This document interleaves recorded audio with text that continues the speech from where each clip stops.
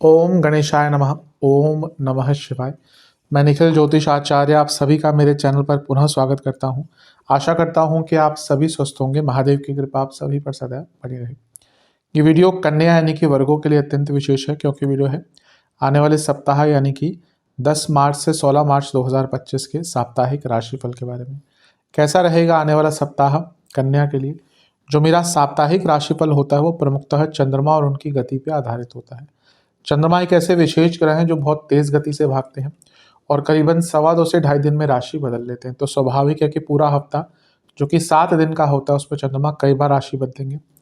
चंद्रमा मन के कारक है और उनकी विशेषता ये भी है कि वह जिस भी भाव में होते हैं, जिस भी भाव में जाते हैं, राशि ग्रह इनसे संपर्क बनाते हैं तो उनको बहुत एक्टिवेट कर देते हैं।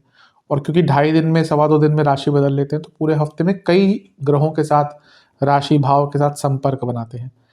वो मन के कारक है और उनकी डे टू डे एक्टिविटीज़ पर प्रभाव इसी कारण से बहुत ज़्यादा पड़ता है। जो बदलाव हमारे जीवन में पूरे हफ्ते में आता है, मूड स्विंग्स होते हैं, मूड बदलते हैं, अच्छा बुरा गलत निर्णय, ये सब कहीं ना कहीं इसके पीछे चंद्रमा का बहुत हाथ होता है। तो इसी प्रभाव को समझने के लिए साप्ताहिक राशिफल अति विशेष होता है। यदि आपकी लग्न राशि या चंद्र राशि कन्या है, दोनों ही गाइडेंस के लिए इस राशिफल को देख सकते हैं। जहाँ से आपको ज़्यादा सूट करता है, लेट करता है, वहाँ से देखिए। व्यक्तिगत तौर पर मेरा मानना है कि लग्न राशि से देखेंगे तो अच्छा। इनकेस आपको नहीं पता अपनी लग्न राशि तो आप अपनी चंद्र राशि से भी इसको ऑब्जर्व कर सकते हैं। शुरू करते हैं। चंद्रमा आपके लाभ स्थान यानी कि कर्क में ही विराजमान होंगे। 10 मार्च को ऑलरेडी यहीं पर होंगे और 12 मार्च सुबह के 3 तक चंद्रमा यहीं पर प्रवास करेंगे। चंद्रमा का लाभ स्थान में आना एक प्रकार से अच्छा ही होता है।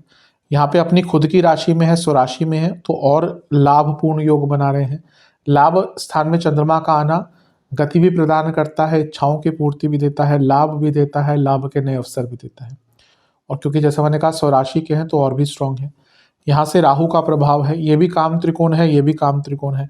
इच्छाओं के पूर्ति के कारक शुक्र के साथ बैठे हैं राहु। नीच भंग राजयोग बनाते हुए शुक्र बुध के साथ बैठे हैं। ये अवश्य दिखा रहा है कि कोई बहुत बड़ा काम जो अटक रहा था, कोई इच्छा जो अटक रही थी, कोई ऐसा प्रॉब्लम जो एकदम रुक सा गया था, मतलब कि किसी ऐसी प्रॉब्लम में आप फंस से गए थे, उस प्रॉब्लम का निवारण मिल सकता है। तो ये बहुत अच्छा समय है। राहु का प्रभाव और लाभ स्थान के चंद्रमा विदेश से भी पैसा दिखाता है और बहुत सारे आइडियाज़ भी धन कमाने के लिए आते हैं, तो ये बहुत अच्छा है। नवांश कुंडली बता रही है कि ये समय वैसे बहुत अच्छा है, पर लालच में नहीं पड़ना, पेशेंस अवश्य दिखानी पड़ेगी। दशांश कुंडली कार्य क्षेत्र में सब अच्छा है, लेकिन बहस हो सकती है तो कम बोलिएगा। बिजनेस बहुत अच्छा टाइम है। कोई लीगल कार्यवाही चल रही थी, कोई लीगल कार्य अटक रहे थे, प्रॉब्लम सॉल्व होगी। सरकार से बाधाएं यहाँ की दूर होगी। लीगल प्रॉब्लम्स को कॉम्प्रोमाइज़ करने का मौका मिलेगा और कोई अच्छा बड़ा काम भी या कॉन्ट्रैक्ट भी मिल सकता है। लव लाइफ में एक ही चीज़ दिख रही है कि पुरानी बातों पर बहुत झगड़े होंगे जो होते ही आ रहे हैं, इन पर नियंत्रण कीजिएगा। वैवाहिक जीवन की जहाँ तक बात है, थोड़ा सा आगे बढ़िए। ऐसा लग रहा है कि सुई एक ही जगह पर अटकी हुई है और उन्हीं पर लड़ते रहते हैं, झगड़ते रहते हैं। स्टूडेंट्स, आपको थोड़ा सा बदलाव लाना पड़ेगा अपने तौर तरीकों में, पढ़ने के तौर तरीकों में, क्योंकि ऐसा दिख रहा है कि आपके जो वेज हैं ऑफ रीडिंग और लर्निंग वो थोड़े पुराने हो चुके हैं या फिर उसमें मॉडिफिकेशन की आवश्यकता है। समय के साथ चलना पड़ेगा। सेहत की जहाँ तक बात है, कफ रोग बढ़ेंगे।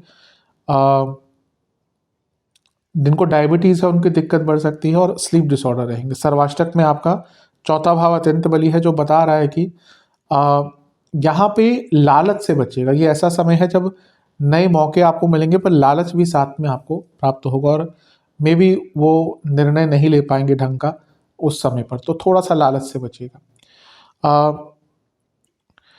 12 मार्च सुबह के 3 बजे चंद्रमा आ जाएंगे आपके 12वें घर में यानी कि सिंह में, और 14 मार्च दिन के 1 बजे तक यहीं पर रहेंगे। चंद्रमा का 12वें घर में आना एक प्रकार से बहुत अच्छा नहीं माना जाता।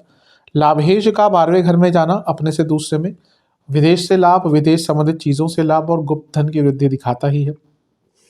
गुरु से टेक्निकली केंद्र में है तो गजगेसरी योग बन गया, ये भी अच्छा ही है। यहाँ पे सूर्य की दृष्टि है, सूर्य विपरीत राजयोग बना रहे हैं। शनि की दृष्टि है, शनि विपरीत राजयोग बना रहे हैं। 2 विपरीत राजयोग बनाते ग्रह लाभ स्थान के स्वामी चंद्रमा को देख रहे हैं 12वें घर में। विदेश का कुछ काम अटक रहा था, वीज़ा की बात हो, बाकी चीज़ें हो, वो पूर्ण हो सकती हैं। कोई पैसे का काम अटक रहा था, कोई लीगल काम अटक रहा था, बहुत अच्छा समय है। सूर्य अपनी ही राशि को देख रहे हैं और चंद्रमा को देख रहे हैं समसप्तक होके, तो ये पूर्णिमा योग भी बन गया। अब 12वें घर का जो पूर्णिमा योग है वो सेंसिटिव हो जाता है, तो अपने विचारों पर थोड़ा सा कंट्रोल रखिएगा। और यहाँ पर शनि की दृष्टि भी है जो विषदोष भी बनाता है, तो अपने मूड स्विंग्स पर कंट्रोल पाना आपके लिए बहुत अनिवार्य रहेगा।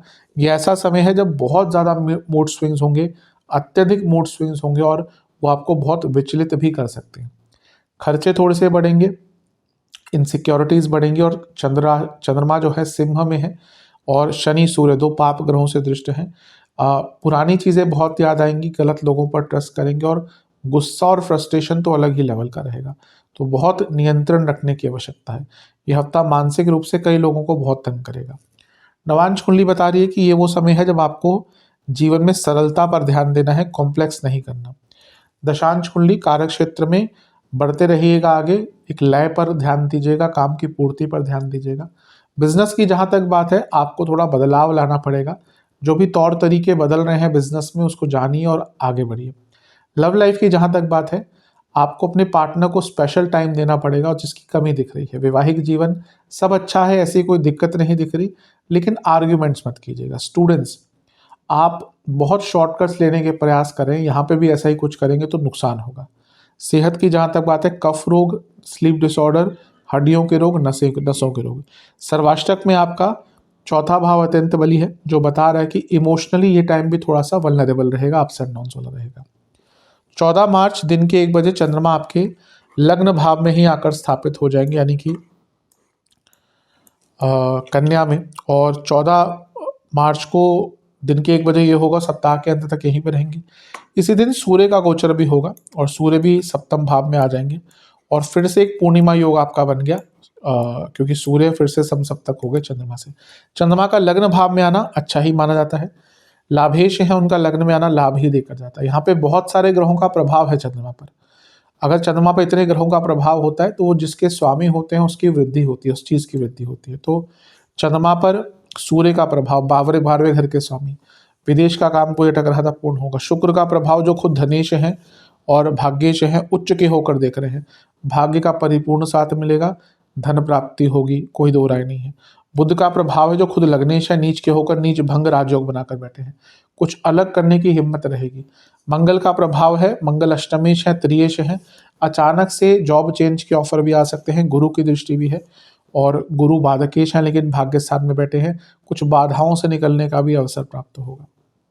सब अच्छा है, पर चंद्रमा पर इतने सारे ग्रहों का प्रभाव कभी भी अच्छा नहीं होता। मैं कई बार इस चीज़ को बता चुका हूँ।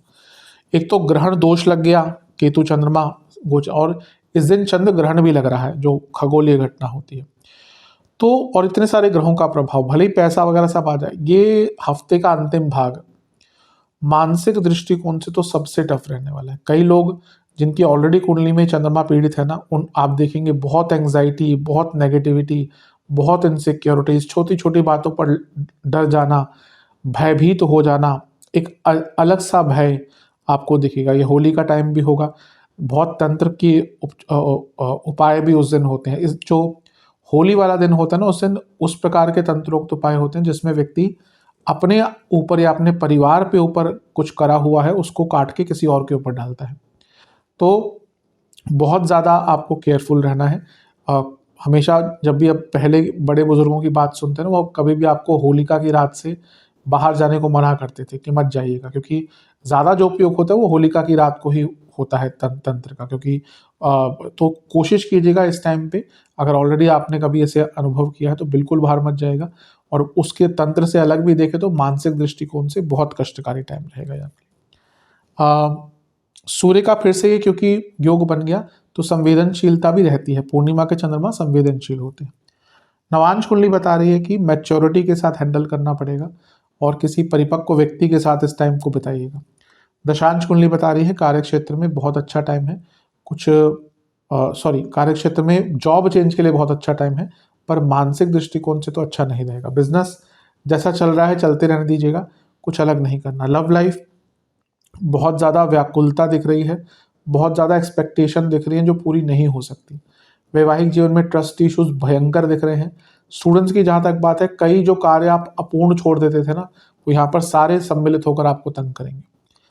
सेहत के अनुसार इन्फेक्शन, हड्डियों के रोग, लिवर, गॉल ब्लैडर की प्रॉब्लम और फीवर। सर्वाष्टक में आपका चौथा भाव बली है। हफ्ते का अंतिम भाग संवेदनशील है। स्नेहात्मक रूप से पर्सनल लाइफ में, मैरिड लाइफ में, हर चीज़ में जहाँ पे इमोशंस इन्वॉल्व है, बहुत कष्टकारी टाइम जाएगा। उपाय के स्वरूप में आपको ओम लंबोदराय नमः मंत्र का 21 बार जाप करके गणेश जी को इलायची और लड्डू का भोग लगाना है।